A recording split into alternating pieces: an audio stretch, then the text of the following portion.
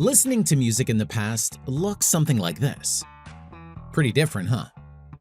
Yes, these were actually a thing. Be it vinyl, cassette tapes, or CDs, it definitely wasn't as easy as it is now. But for the same price a month with Spotify, you will be able to stream unlimited music. But all that changed when Spotify came onto the scene. Spotify is currently the world's most used streaming platform. From music to podcasts and audiobooks, the streaming app hosts a variety of content and has over 286 million active users across 92 countries. But it wasn't always like this for the streaming giant. In this episode, we are going to take a look at how Spotify won. But before we continue, make sure to give this video a thumbs up, subscribe, and hit the bell icon to be the first to be notified of new behind-the-business videos that we post every week. Let's begin.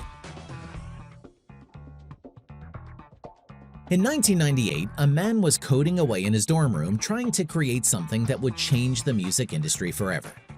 That man known as Shawn Fanning, who later partnered up with Sean Parker. Yes, the guy Justin Timberlake played in the Facebook movie. To release their product to the world. It was a big hit and it was called Napster. How Napster worked was that it allowed users like you and I through its platform to share music, thus curating the biggest music library in the world for free. For obvious reasons, artists were not happy with Napster and it was legally forced to shut down. Piracy was easy, and all but there was this thing about it being illegal and people wanted to listen to music freely without having to shell out money for each track. To put it simply, a vinyl or cassette will cost you around $9.99 each. A CD will cost you $13. Apple Music charges you $9.99 for a full album. You might be thinking that you clicked on this video to find out about Spotify, so why is he talking about Napster? Well, you see, back then, music wasn't as available as it is today, and there was a big gap between piracy and purchasing. So when an entrepreneur saw the gap between the pirated music and purchased music, he knew something had to be done. And this man is Daniel Ek. Daniel Ek, who was born on February 21, 1983 in Stockholm, Sweden. Ek grew up in Rågsved near Stockholm, and as a teenager, music was always a big part of his life. He mentioned that his parents got him learning instruments from a young age. In his teenage years, he made money by creating websites for multiple businesses and ran web hosting services out of his bedroom. As he went about his life, he decided that he was not gaining anything in school and dropped out of college, and worked for several web-based companies before founding Advertigo, an online marketing firm that he sold in 2006 to the Swedish company Tradedoubler. This sale made him enough money that he decided that he would retire. He bought himself a Ferrari and enjoyed the fruits of his labor with his friends, but later fell into depression as he felt that his so-called friends were only using him for what he had and not him as a person. He decided he needed some time alone and sold his apartment along with his Ferrari and went to live in a small cottage away from the hustle and bustle of the city. During this time, he reconnected with Martin Lorentzon, the entrepreneur from Tradedoubler who bought his company Advertigo. After some soul-searching and self-reflection, these two Swedish entrepreneurs, Daniel Ek and Martin Lorentzon, saw the gap between illegal services like Napster and Apple Music, and decided to change the way people were listening to music in the 2000s. The initial cost of developing the product was funded by Martin's wealth, and it was in 2008 that Spotify first made its way into the market. It was difficult for the newly established streaming platform to convince people to pay for music when they had become so used to downloading entire albums for free. In the initial phase, Spotify managed the growth of its platform by making its free ad-supported tier available on an invite-only basis. This meant that users who had found their way onto the free tier could invite their friends to join them. This was similar to how Google had rolled out Gmail a few years earlier. 5 months later, Spotify had reached its first millionth user. By September of the same year, the platform was available on smartphones with its first mobile app for Android and iOS.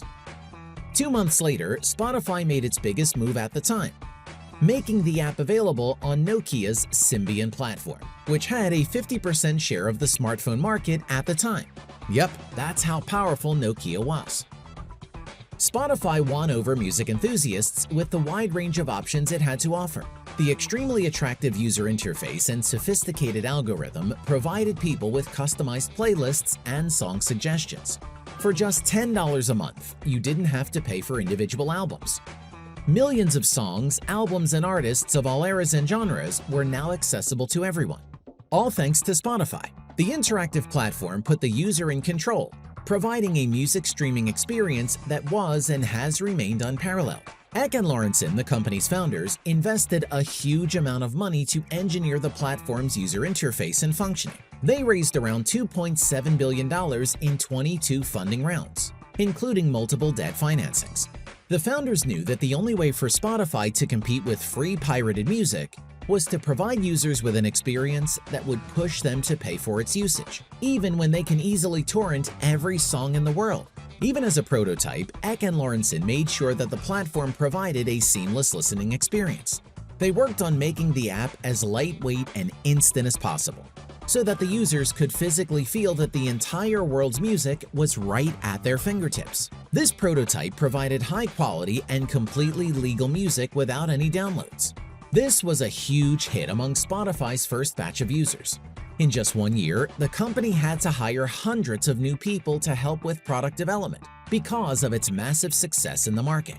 As Spotify focused solely on developing their user experience and maintaining exclusivity, the founders understood exactly what the right time was to share the platform with mainstream audiences. Because of the fall in global music industry revenues, Eck and Lorentzen easily convinced labels like Sony, Universal, EMI, and Warner Music to let Spotify publish their music on the platform. Spotify needed these 4 labels as much as they needed a new way to reach young music fans.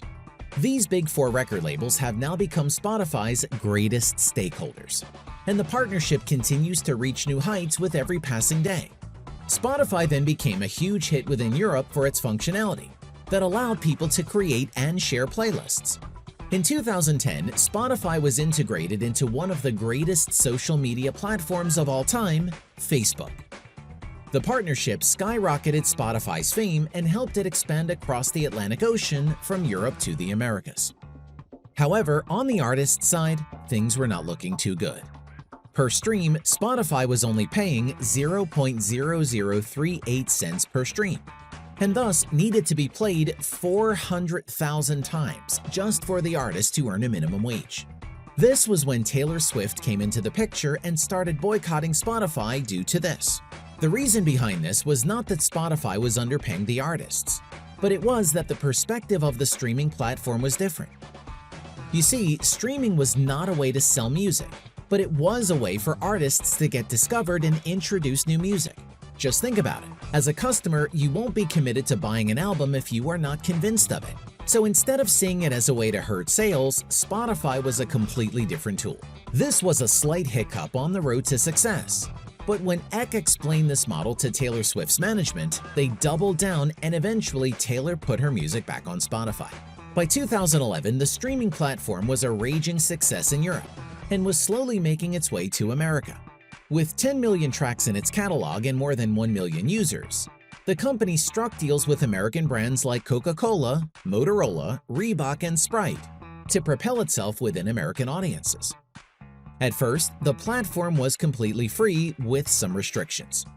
But when Spotify gradually launched a premium version of the service, featuring no ads, unlimited skips and plays, along with offline streaming, people all over the world couldn't wait to get their hands on it. The instant success of both free and paid versions of Spotify made way for the company to develop a mobile app that went on to give extreme competition to Apple's iTunes. In 2013, the platform launched its user-centric app that was functional for both premium and free users. A huge factor behind the company's success at the time was the way it bridged the gap between the paid and non-paid versions. The product developers spent a huge chunk of time trying to make sure both kinds of users were provided with an optimal experience, regardless of the amount that they paid. This helped Spotify attract users of all kinds, increasing its yearly revenue. Over the years, this music platform has outshined every other competitor because of its impeccable user experience and accessibility. Despite Spotify's legal battles with Apple and its suppressing business tactics against the company, the platform has still managed to stay on top. with personal features like Discover Weekly, Release Radar, and Time Capsule, all of which use an AI algorithm to curate music choices unique to every individual user. Spotify is doing what no other streaming service has ever done. The app's growth trajectory has increased immensely over the years. Discover Weekly alone attracted 40 million new users to the app in 2015, and we can only imagine how that number has grown. On February 28, 2018, Spotify filed a direct listing on the New York Stock Exchange, allowing it to formally go public as a business. Perhaps the one thing that makes Spotify stand out is the way this platform has constantly innovated itself. Even though the company generates over $7 billion in revenue, it only takes back a healthy profit of $1.36 billion, as most of it are paid out in royalties to artists. It has built a loyal fan base of tens of millions of customers, with new strategies like deep learning to increase its personalization services. Spotify has the potential to take over the world in the near future. All major artists and record labels are heavily invested in Spotify and strongly benefit from the company's success. While this revolutionary app was an ambitious idea in the early 2000s, the hard work behind it was truly worth the risk. It has survived where many other platforms have failed, simply because Spotify was and still is relentlessly dedicated to develop and grow the way it works. By making Spotify an easy, inclusive platform to share and publish music, it has retained itself in the industry through personalization, easy accessibility, affordability, and of course the widest range of music anyone can ever dream of. As Spotify tech reaches close to a $50 billion market cap, it's unclear what the future holds of rival streaming platform Apple Music. That said, Spotify currently has a much larger user base, having grabbed 31% of the total revenue and 35% of total paid subscribers, as opposed to Apple Music's 24% total streaming revenues and 19% share of the total paid subscriptions. This is all in spite of mounting competition from Deezer, SoundCloud, and Jay-Z-owned Tidal. Unlike YouTube Music and Amazon Music, Spotify has no other businesses to rely on for revenue, such as cloud computing or e-commerce. More importantly, Spotify doesn't build hardware devices for its app to be preloaded on, such as iPhone. The golden rule behind Spotify's success is that it doesn't ask for any money upfront. In fact, you can go for years without ever paying a dime. Sure, Apple may offer a free trial, but you'll have to pony up at some point. But would Spotify be able to hold up against the mounting competitions? Or is it going to be toppled by its rivals in the coming years? We'll find out with time. So, are you for music streaming platforms such as Spotify, or are you against it? Do leave a comment down below. If you enjoyed this video, make sure to give it a thumbs up, subscribe, and hit the bell icon to be the first to be notified of new behind the business videos we post every week. Be inspired, and we will see you in the next one. Since you made it all the way to this point, here are 2 more videos that we know you are going to love. Go on, click on it. You know you want to.